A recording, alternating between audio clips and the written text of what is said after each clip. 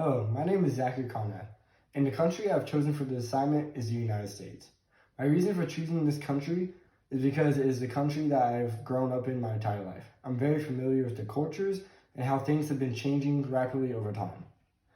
My life has been very different from my parents' life growing up, through the different technologies that are being developed and how things are taught in school being changed rapidly over time. The United States is a fast-paced country. What I mean by this is for everyone's in a hurry. For example, let's talk about going to the doctor's office. When you call into the doctor's office, the clerk is asking you, why do you need an appointment? The reason for this is because they need to make sure why you're there and how they can help you the best. And what exactly they can do for you, nothing more.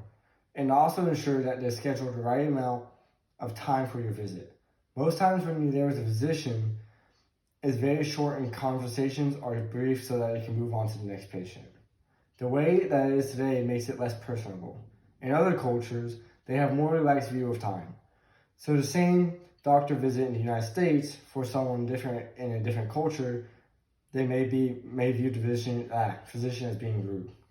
Another example of a fast-paced environment is drive-thrus. We not only have this concept of fast food also for our pharmacies, banks, and even curbside for groceries, has created an environment of less person-to-person contact. Americans also focus a lot on getting things accomplished. The result of this rush pace is also being built with others. Traditional cultures like to establish things first. An example for this would be building a relationship and trust between a patient and a doctor. For Spanish cultures, they like to have the balance between professionalism and friendliness. Taking the time to ask someone about their day, a handshake, just a simple gesture to get them going along. Another important factor in the United States that has gained a lot of attention over the last several years is diversity. This topic that we hear about every day in a workplace.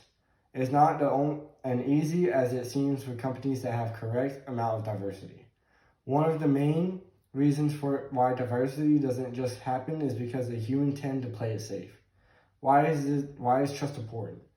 The research shows that people that are in high trust environments report 74% less, 50% higher productivity, 15% less absenteeism for illness, 76% more organization with low trust environments. Trust will impact single habits, routines, process, and roles that reduce uncertainty. Lately, there has been a lot of discussion in the news about gender roles. It has been identified that there are far more men in more successful roles than women. Gender roles in the United States are different than most countries. With men and women working together, they can both vote and have equal rights. Both genders play an important role in the United States as it allows diversity throughout the country. With women more recently starting to get higher political jobs like vice president or even running for president, it shows how the country can change over time. With countries like Iraq and Afghanistan, and some countries in the Eastern Europe, not giving the social diversity to the people, is causing the countries to fail. Gender roles are more important than ever to build a strong economy and to make a country better.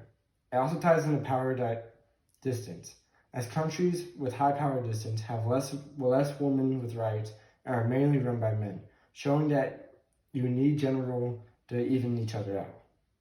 Another fact that plays into gender role is being self-sufficient. Going all the way back to my great-grandparents' time, the women mostly stayed at home and raised children, and the men worked to provide for the household. The create of culture where the woman has been dependent on the men over time has changed. Due to inflation over the years, society has changed, and now men and women in the same household work to pay bills. This has created another factor in the culture of self-sufficiency. This means that the women and men have a drive to depend on others. I think from an emotional standpoint, it creates self-determination, self-reliance, and self-confidence. This does not work for all cultures though. Hispanic and Asian cultures have a strong attachment to their families and communism. In conclusion, as there are so many parts in the cultural dimensions that make society and the countries the way they are today. The world will always be evolving as we people and of all cultures believe continue to adapt and grow over time.